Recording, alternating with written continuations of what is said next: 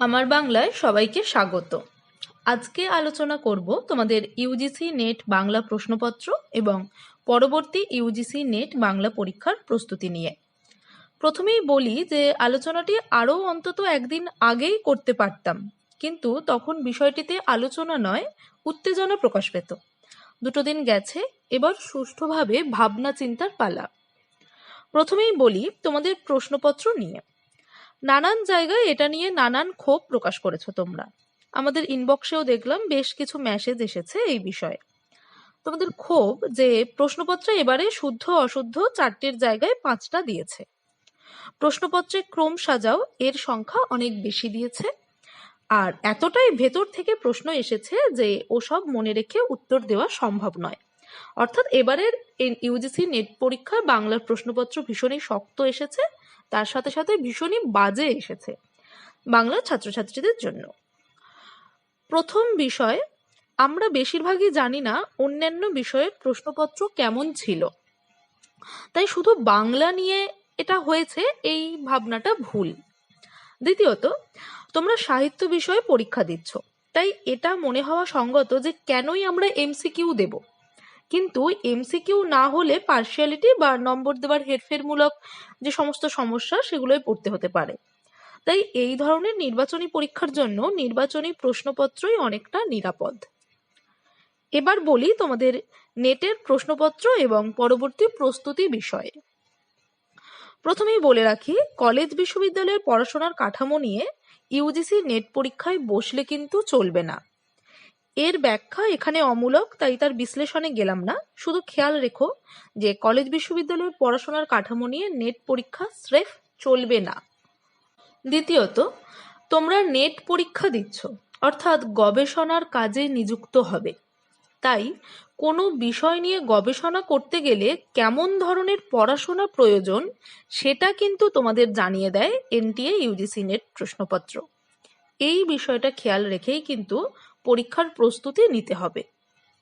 তৃতীয়ত, UGC net পরীক্ষার বর্তমান সিলেবাস আপাতভাবে খুব সহজ, আগের তুলনায় অন্তত।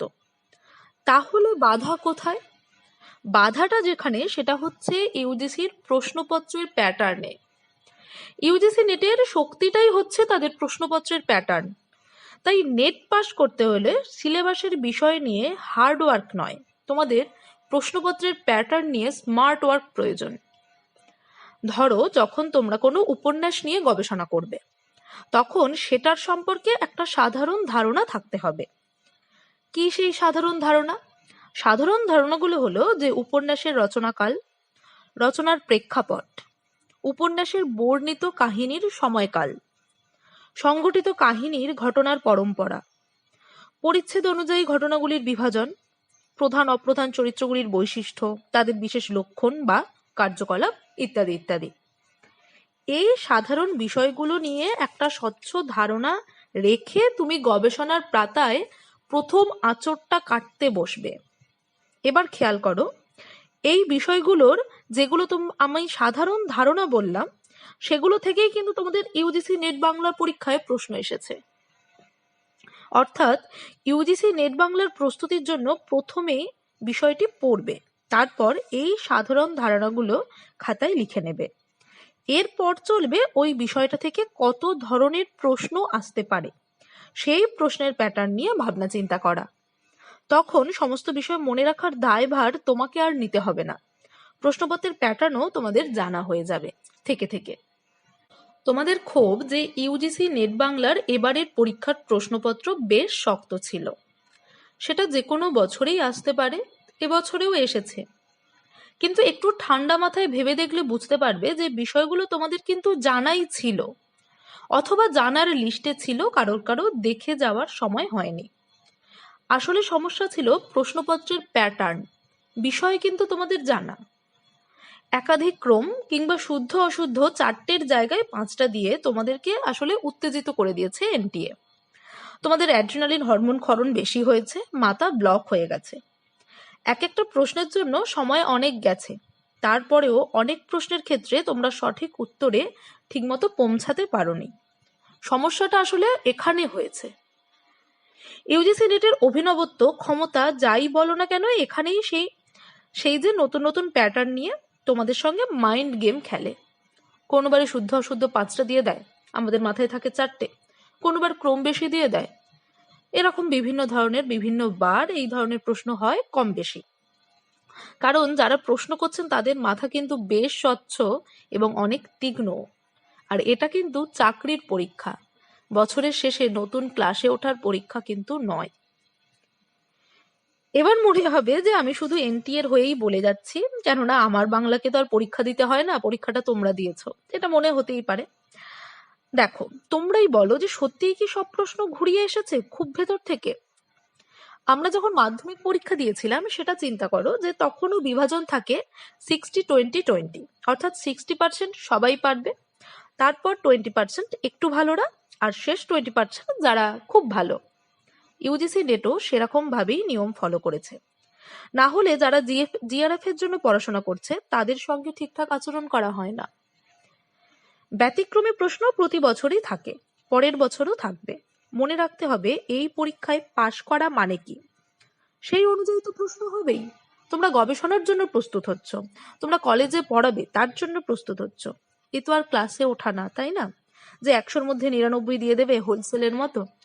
তো এরকম কোনো বছর শক্ত, কোনো বছর সহজ প্রশ্নপত্রের প্যাটার্ন, কোনো বছর পূর্ববর্তী বছরকে ফলো করবে, বা কোনো বছর নতুন কোনো প্রশ্নপত্রের প্যাটার্ন দেবে, কোনো বছর এক ধরনের প্রশ্নপত্রের প্যাটার্ন বারবার ব্যবহার করে তোমাদেরকে গুলিয়ে দেবে। এই ধরনের জিনিসগুলো আসতেই পারে। এবার বলি পরবর্তী পরীক্ষার জন্য প্রস্তুতি কিভাবে নেবে। এ বিষয়ে তোমাদের একটা অন্য প্রসঙ্গে ছোট্ট একটু বিষয় বলি। আমার হাজব্যান্ডের ইচ্ছা ছিল মহাকাশ বিজ্ঞান নিয়ে পড়ার, কিন্তু বাবার চাপে শেষ পর্যন্ত 15 দিন পড়ে মেডিকেল দিয়েছিল এবং প্রথম সারিতেই উত্তীর্ণ হয়েছিল। বলে যে 15 দিন আমি নাকি সূর্যের মুখ দেখিনি, এই কথাটা আমাকে বলে। এখানে ব্যক্তিগত তথ্যটা এই কারণেই দিলাম যাতে তোমাদেরকে সঠিক দিশা দেখাতে পারি। আমরা কেউই অসাধারণ নয়, কাজেই পারবো না এই বিষয়টা কখনোই ভাববে না। সবাই আমরা সমান। মেডিকেল তো দিয়েছিল ক্লাস 12-এর বিষয় পড়ে, তাই আমাদেরও কিছু কিছু বিষয় আমরা অনার্সে মাস্টার্সে পড়ে এসেছি। কাজেই আমাদের স্মার্ট ওয়ার্ক প্রয়োজন। স্মার্ট ওয়ার্ক আর হার্ড ওয়ার্ক এই দুটো মিলে গেলেই আমরা গোল কিন্তু অ্যাচিভ করতে পারবো। তোমরা এনটিএকে মেল করবে, হয়তো পরিবর্তন কিছু হবে, কিন্তু সত্যিই কি কোনো স্থায়ী পরিবর্তন হবে? এখন নানান পোর্টালে, অনলাইন পোর্টালে এটা নিয়ে বেরোচ্ছে যে এনটিএ ভীষণ প্রশ্নপত্র খারাপ করেছে এবং তার জন্য ছাত্রছাত্রীরা উত্তেজিত এবং প্রশ্ন করছে যে তারা কি আদৌ প্রশ্নকর্তারা প্রশ্ন উত্তর দিতে পারবে। আসলে এই সমস্ত পোর্টালগুলো কিন্তু ভাইরাল খবর করে, এর কোনো স্থায়ী সমাধান সত্যিকারের নেই। প্রশ্নপত্রের প্যাটার্ন কোনো বছর সহজ, কোনো বছর শক্ত হবে। এটা ক্লাসে ওটা পরীক্ষা নয়, আমি আগেই বলেছিলাম, এটা কিন্তু মাথায় রাখতে হবে। তাই আমাদের যেটা প্রয়োজন প্রপার রুটিন।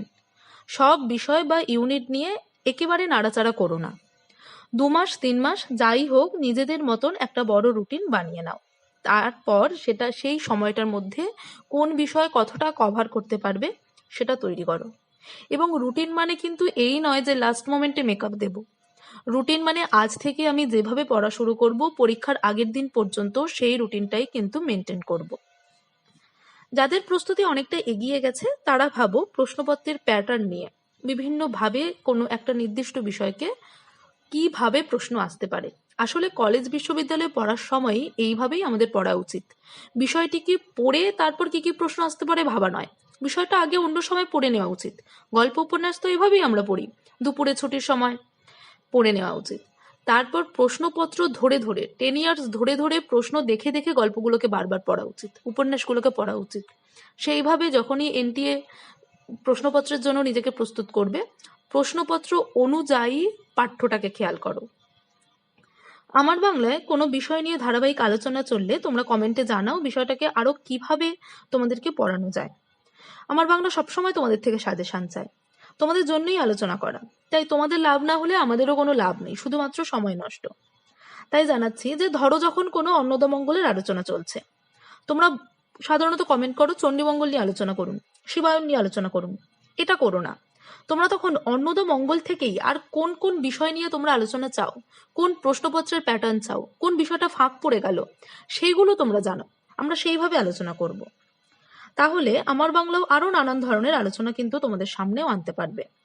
তোমরা যারা প্রথম থেকে আছো তারা কিন্তু খেয়াল করলে বুঝতে পারবে যে প্রশ্নপত্রের প্যাটার্নের উপরেই আমরা মূলত খেয়াল রেখে আলোচনাগুলো করি। কখনো মন্তব্য যুক্তি, কখনো চরিত্র ঘটনার ছক হিসাবে আলোচনা করেছি, কখনো বা উদ্ধৃতিমূলক আলোচনা করেছি। এমনকি মক টেস্টেও আমি বারবার বলেছি আমরা যে অপ্রধান চরিত্র, ক্রম, ব্যতিক্রমী প্রসঙ্গ এইসব নিয়েও আলোচনা করা হয়েছিল এবং সে সমস্ত প্রশ্নও মক টেস্টে দেওয়া হয়েছিল। যারা মক টেস্টগুলো রেগুলার দিয়েছো নিশ্চয়ই তাদের পরীক্ষার সময় খেয়াল পড়বে। যাই হোক, তোমাদের সাজেশনগুলো আমরা মাথায় রেখেছি। বাংলায় নতুন কোন মেথড নিয়ে আর আলোচনা করা যায় সেই নিয়ে আলোচনা চলছে। তোমাদের পরের পর্বে জানিয়ে দেব আমরা যে কবে থেকে তোমাদের ক্লাস শুরু হচ্ছে এবং কোন বিষয় নিয়ে শুরু হচ্ছে, কিভাবে শুরু হবে। তোমাদের সাজেশনগুলো মাথায় রেখেই আমরা সেইভাবে আলোচনার ক্লাস তৈরি করব। আর তোমাদেরকে বলার, যারা নতুন করে শুরু করছো তারা হার্ড ওয়ার্ক এবং স্মার্ট ওয়ার্ক দুটোকেই একসঙ্গে করতে হবে। যেভাবে উপন্যাসের উদাহরণ দিয়ে বললাম উপন্যাস তৈরি করতে হবে, সেভাবে কবিতার ক্ষেত্রে শব্দ নির্বাচন ভীষণ ইম্পর্টেন্ট, নাটকের ক্ষেত্রে সংলাপ। তো সেগুলোকেও আমাদের খেয়াল রেখে রেখে ছক বানিয়ে বানিয়ে খাতায় তৈরি করতে হবে। সেটা তৈরি হয়ে গেলে সেকেন্ড পার্টে আসবে প্রশ্নপত্রের প্যাটার্ন। সেই অনুযায়ী যারা নতুন তারা এইভাবে তৈরি করো, আর যাদের কিছুটা প্রস্তুতি হয়ে গেছে তারা প্রশ্নপত্রের প্যাটার্ন নিয়ে ভাবো। এটা আমরা আগেও বলেছি বারবার আলোচনায়, এখনো বলছি। এনটিএ কে ধরা বা এনটিএ প্রশ্নপত্রে উত্তীর্ণ হওয়া মানে প্রশ্নপত্রের প্যাটার্ন নিয়ে চিন্তা ভাবনা করা, বিষয় নিয়ে নয়। সেগুলো একটু ভাবো। আর সব থেকে শেষ কথা এবং মূল্যবান কথা যেটা, যে কখনোই কনফিডেন্স আর এনার্জি হারিও না ভুলভাল চিন্তা ভাবনা করে, নেগেটিভ ভাবনা ভেবে। নিজের ফোকাসটাকে আরো অনেক বেশি কম্প্যাক্ট করো, তাহলে গোল অ্যাচিভ অবশ্যই হবে। আর আগেই বলেছিলাম যে ভাইফোঁটার পর থেকে তোমাদের নেটের ক্লাস শুরু হবে, কবিতা নিয়ে আলোচনা শুরু হবে। তো তোমরা যদি কোনো রকম সাজেশন থাকে, কিভাবে আলোচনা চাও, কোন ধরনের প্রশ্নপত্রের আলোচনা চাও কবিতা থেকে, তো তোমরা কমেন্টে জানাও। তোমাদের সাজেশন মাথায় রেখেই আলোচনা শুরু করব।